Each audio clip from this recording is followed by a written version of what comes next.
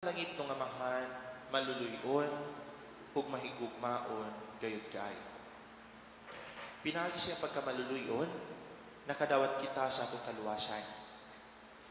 Pinaagi siya pagkamaluluyon, nagbuhat siya daghang milagro ug mga katingalahang buhat.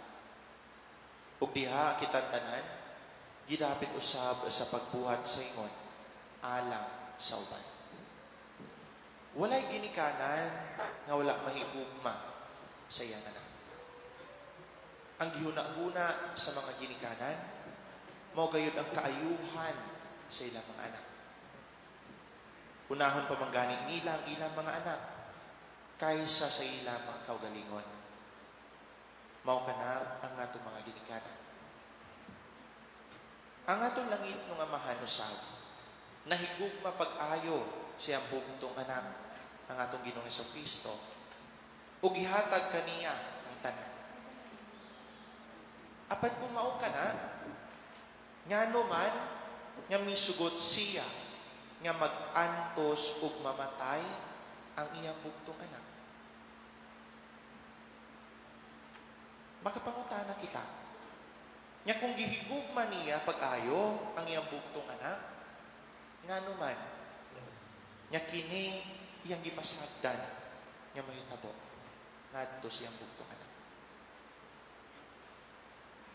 Aduna ba'y ginikanan nga nahigugma sa iyang anak, unya maglantaw lamang samtang nag-antos ang iyang anak. Apan ato nasayran nga ang pag-antos o kamatayon nga nahitabo kang Jesus, wala magpasabot nga gipasagdan siya sa amahan nga mipadala kaniya. Ang tibuok nga kinabuhi ni Jesus, naghulagway sa tibuok nga kinaiyahan sa amahan ug tungod kang Jesus, na sinati ug nakita sa tibuok kalibutan, sa tibuok katawhan, ang Dios nga dili makita.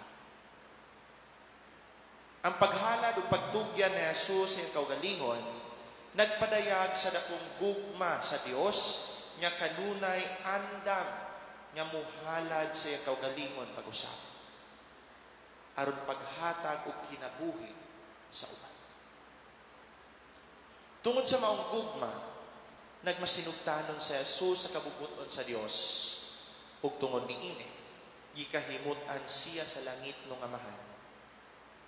Wala mahuman ang tanan diha sa kamatayon sa Panginoong Jesucristo. Tungod kay si Jesus na banhaw man, aron paghatag kanato bag-ong kinabuhi, uban diha kaniya. Aron kita mamahimo mga anak nga sinagop ug sama sa atong Ginoong Jesucristo, makapahimuot ug makapasidungog unta sa atong langit ng amahan. Ingon ni anang gugma, andam nga ihalad ang tibok kaugalingon, aron ug alang sa uban, aron ug alang sa kaayuhan sa iyang hinigugma. Hinapa.